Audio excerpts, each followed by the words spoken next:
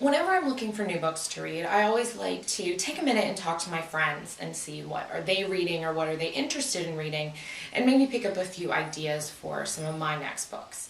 And I did that a little while ago, and one of the books that I came up with was The Crimson Petal and the White by Michael Faber. Now I know what you're thinking. This is a brick. And it is. It has 894 pages.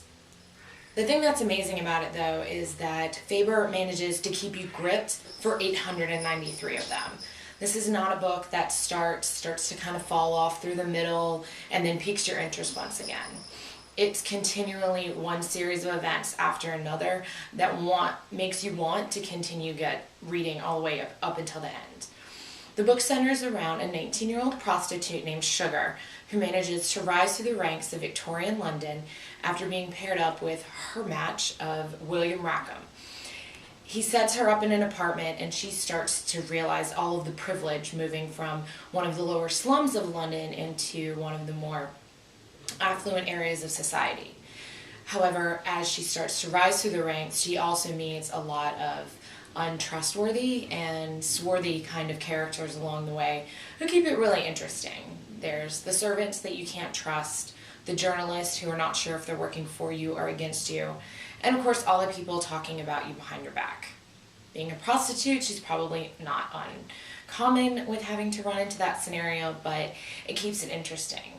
And very similar to the way that Julia Roberts' character in Pretty Woman was someone that we wanted to identify with, and that despite the fact that she was a call girl, viewers were able to really connect with her and enjoy watching the movie.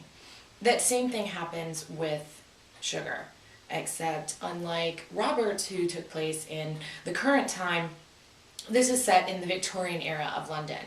So it's not quite Jane Austen, it's not Emily Bronte, it's definitely a little bit more rough around the edges than that and kind of delves into an area of society that most authors don't always decide to investigate. But Faber does a really good job of, keeping the reader engaged, and despite the fact that it is really long, it's something that you do want to find out what's going to happen next. And while it's not a book that I would necessarily recommend you take to the beach, it does weigh more than 1 pound and is quite the brick, as I said before, to carry around with you. It's really gripping, and it is something that I think will give you a really different perspective on one of my favorite cities in the world.